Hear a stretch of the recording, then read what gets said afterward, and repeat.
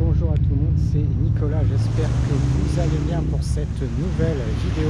Alors dans cette vidéo, on va parler de quoi? On va parler un peu de minimalisme, attitude minimaliste en fait, sans entrer dans un système, on va voir justement, faut pas forcément pousser ça à l'extrême, mais le faire, je dirais en fait intelligemment, suivant ce que ça peut vraiment apporter de positif, tout simplement dans la vie et en fonction de ses convictions. Allez, moi, si tu ne me connais pas, c'est Nicolas, je suis une sorte de digital nomade. Donc effectivement, par rapport en lien au minimaliste, en fait, toutes mes possessions aujourd'hui tiennent sur à peu près un sac de voilà, 15 kilos à peu près. Un sac à peu près de 15 kilos. Donc j'ai pas d'endroit fixe. Est-ce que ça veut dire que je bouge régulièrement? Pas forcément, pas du tout. Mais ce que je veux dire, c'est que je vis plus en hôtel, en Airbnb, essentiellement. Je travaille en ligne également et puis ça me permet en fait d'être mobile, d'être libre, sans pour autant bouger beaucoup, mais déjà même à l'échelle en fait, ça peut être d'une ville, même à l'échelle d'un pays, en fait, tu n'as pas de restrictions et tu as une liberté en fait d'action, de pouvoir te déplacer assez facilement. Regarde dans la description mon site web de formation, si tu veux avoir des informations pour avoir le même mode de vie, il y a un certain nombre de solutions. Et deuxièmement, dans la description, je vais mettre mon blog en anglais avec un certain nombre d'articles justement en lien avec ce lifestyle. Donc en fait, minimaliste, grosso modo, dans ce lifestyle, il faut vraiment que ça apporte quelque chose. Ça veut dire qu'il ne faut pas être en mode doctrine minimaliste. Donc, doctrine minimaliste, c'est quoi? C'est voilà, grosso modo, on fait tout et on est tout simplement obsédé par ça. Donc concrètement, c'est pas ça, ça va être de le mettre en avant par rapport à ce lifestyle. Donc moi, dans mon lifestyle, en fait, quand j'étais, au bout d'un moment que je me suis remis en question pour développer des activités en ligne et pouvoir vivre à l'étranger, en fait, ce qui s'est passé, c'est que j'ai changé totalement ma façon de voir les choses. Et je me suis dit, en fait, à quoi ça sert d'acheter un paquet de meubles, de passer énormément de temps tous les week-ends à entretenir par exemple sa baraque, nettoyer sa maison à fond, passer énormément de temps dans les centres commerciaux à constamment acheter des choses et être dans un mode de consommation vraiment, tu vois, consommation de masse, mais consommation pas, pas plus utile que ça, vraiment de la consommation plaisir pur en dehors des expériences, Bon, en fait, dans mon lifestyle, le minimaliste, en fait, ça veut pas dire, c'est pas justement dans un système de doctrine, ça veut dire que tu peux vivre dans de très bonnes conditions, tu peux faire la vie que tu veux avoir, mais en revanche, voilà, tu vois, tu n'es pas endoctriné pour aller faire, par exemple, les magasins à droite à gauche, pour en fait vouloir t'acheter une bagnole pour montrer, par exemple, que tu as un peu d'argent, ou montrer que tu as un petit peu de pouvoir d'achat, ou bien simplement pour te dire ouais voilà, tout le monde a une bagnole, donc moi il faut que j'ai forcément une bagnole, des choses comme ça, ou bien acheter un bien à par exemple tel âge, ça peut être ah ben voilà, j'ai 30 ans par exemple, il faut que j'achète un bien immobilier à crédit forcément, sinon ça va être bizarre. Si je suis pas marié à tel âge par exemple, tout le système de pression sociale, moi en fait très rapidement ça m'a rapidement saoulé. Et du coup, j'ai voulu en fait sortir tout simplement de ce système-là. Donc en fait, quand j'ai mis en place mon projet de vouloir vivre à l'étranger, ça a été totalement en lien avec ça. Ça veut dire que je suis allé dans une démarche inverse. J'avais par exemple un appartement, j'avais un T2 et en fait le T2 au fur et à mesure, en un an, j'ai quasiment tout balancé de façon progressive. J'ai quasiment en fait tout balancé de façon progressive. Et en fait, tout ce que j'avais commencé un petit peu à créer, je me suis dit finalement à quoi ça sert. Et bon, on va virer en fait tout simplement tout ça. On va virer tout simplement tout ça. Et en fait, j'ai fait une démarche d'approche qui m'a permis en fait d'une de me focaliser sur mon objectif principal de vie à l'étranger. Parce qu'une fois que tu es libéré de tout ça, en fait, tu peux avoir énormément de temps. C'est ça souvent ce qu'on se rend pas compte. Et de deux, te sentir libre. Bon, en fait, aujourd'hui, je te donne un exemple, avoir un contrat, par exemple, d'appartement sur un an ou quelque chose comme ça, ça m'oppresse. Le seul fait de le savoir, aujourd'hui, ça m'oppresse parce que je me suis libéré au maximum. C'est d'ailleurs pour ça qu'à l'heure d'aujourd'hui, je n'ai toujours pas envie. Ça serait plus intéressant en prix, mais par exemple en Thaïlande, mais j'ai pas envie. J'ai pas envie parce que j'ai pas envie de me sentir oppressé.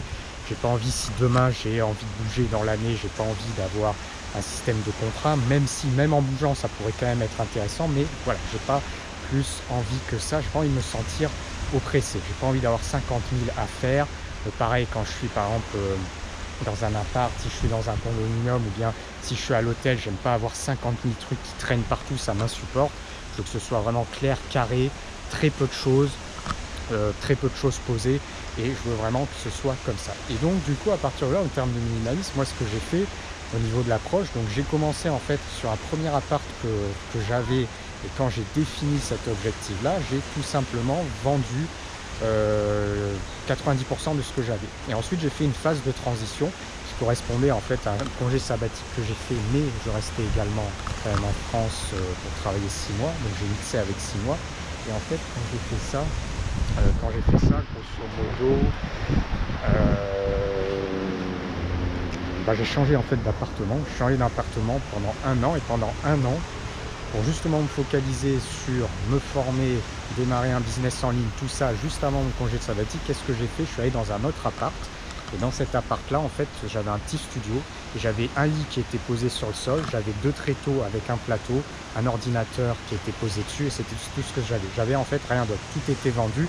Je vivais simplement avec un matelas posé sur le sol, et puis le reste c'était rien en fait, simplement 2 tréteaux, un plateau, un ordinateur, et c'est comme ça que j'ai fait en fait pendant un an. J'ai vécu comme ça pendant un an, et en fait ce qui est impressionnant, c'est que j'étais pas dans l'inconfort du tout en fait. Alors pourquoi j'étais pas dans l'inconfort? Parce que déjà à partir du moment où tu es dans un studio moderne, même si t'as pas de meubles à l'intérieur, en fait j'ai envie de te dire, bon, tu as accès à l'eau chaude, tu as quelque chose qui est t'as des choses qui est propre, tu as quand même un réfrigérateur, enfin voilà, tu as l'électricité, tu as tout ça, tu as tout le nécessaire.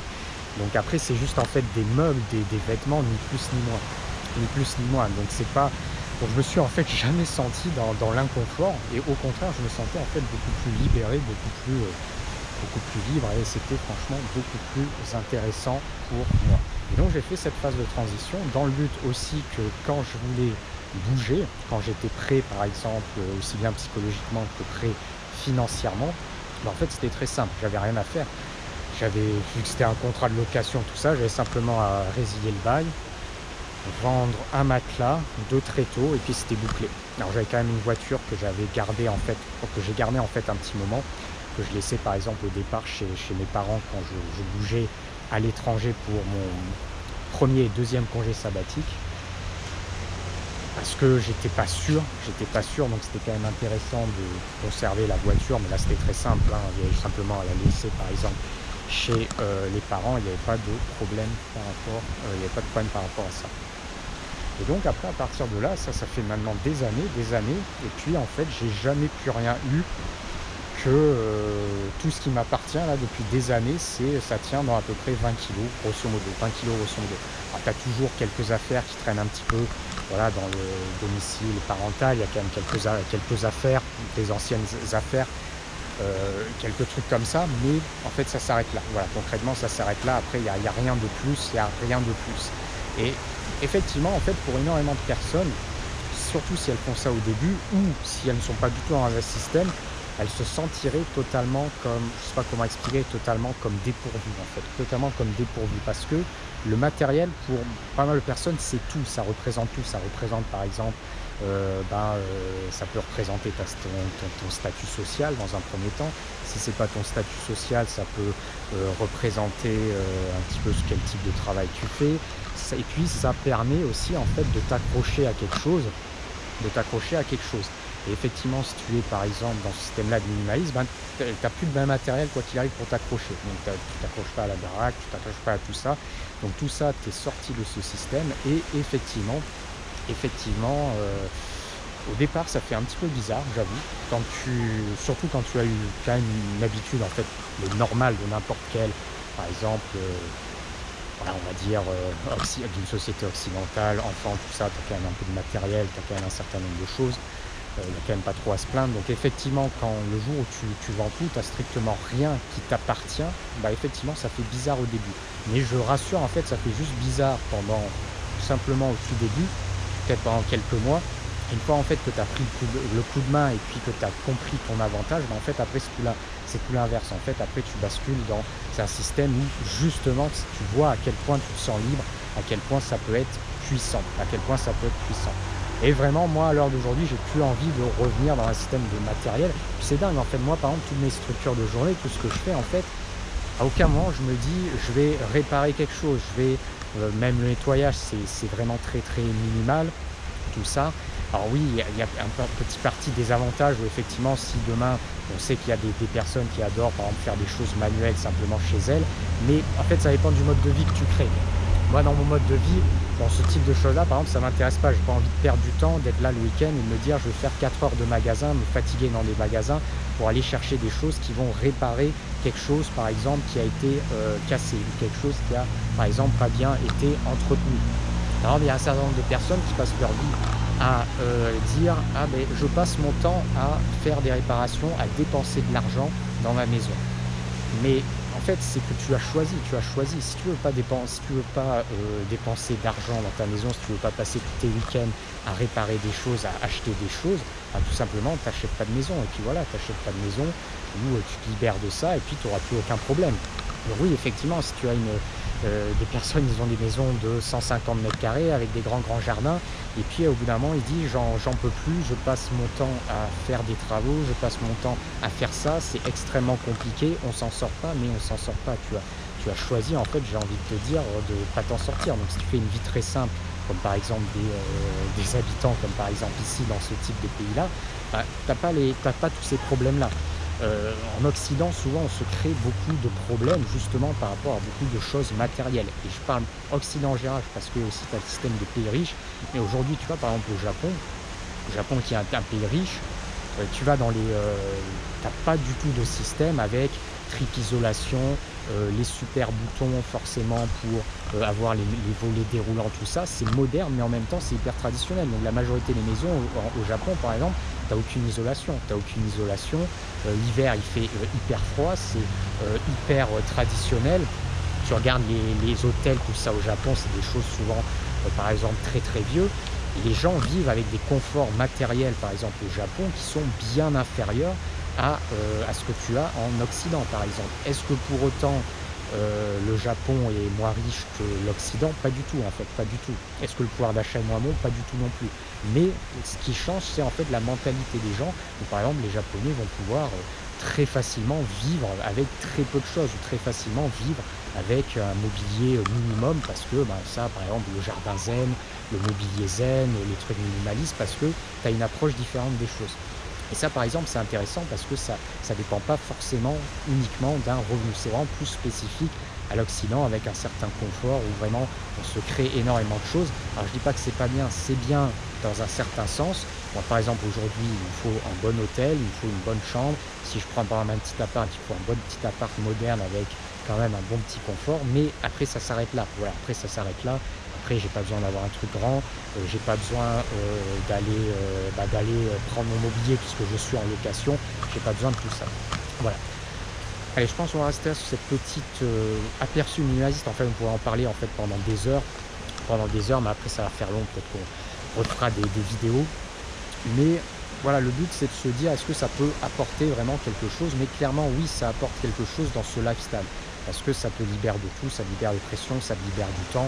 Aujourd'hui, en fait, du temps, tu en as tout le temps. Voilà, tu ne te poses pas la question, voilà, je suis samedi, tu ne te poses pas la question, je vais passer 4 heures à faire des magasins, je vais passer 4 heures à réparer ça, je vais appeler quelqu'un pour qu'il vienne ici, je vais avoir tel rendez-vous, tu vois, soit quand tu as à faire ça, tu es samedi, voilà, tu as envie de manger, tu vas manger, tu veux te faire plaisir, tu as envie de travailler sur tes objectifs, apprendre des choses, tu apprends des choses parce que tu as tout ton temps. Et du coup, c'est extrêmement intéressant par rapport à ça. Allez, on va s'arrêter pour cette petite vidéo. Si tu as aimé, abonne-toi à la chaîne, mais également des likes. Et puis en fait, on se rend compte qu'il n'y a pas besoin, du matériel pour pour plein de personnes, le matériel, ça représente forcément un confort en fait. Mais quand tu n'as pas tes possessions, tu n'es pas dans l'inconfort. Tu es dans l'inconfort comme beaucoup de personnes parce qu'ils ont des modes de vie différents. Et moi, par exemple, je me sens pas du tout dans l'inconfort à pas avoir de matériel. Tu vois. Ça n'a rien à voir avec le fait de Par exemple, bien se loger, que ce soit Airbnb à l'hôtel, ça n'a rien à voir avec le fait de bien manger, ça n'a rien à voir avec le fait d'être dans les endroits que tu veux, ça n'a rien à voir avec le fait voilà, d'avoir une bonne qualité de vie sans bien forcément matériel qui t'appartiennent, sans forcément de possession. Allez, petit coucher de soleil, première inscription, mon site de formation, si tu es intéressé pour avoir ce mode de vie là. Deuxième dans la description, mon blog. Tu vas trouver un certain nombre de choses, également d'articles sur le lifestyle, les endroits aussi où j'ai pu aller. Puis pour une autre vidéo, je te dis à bientôt. Ciao, ciao.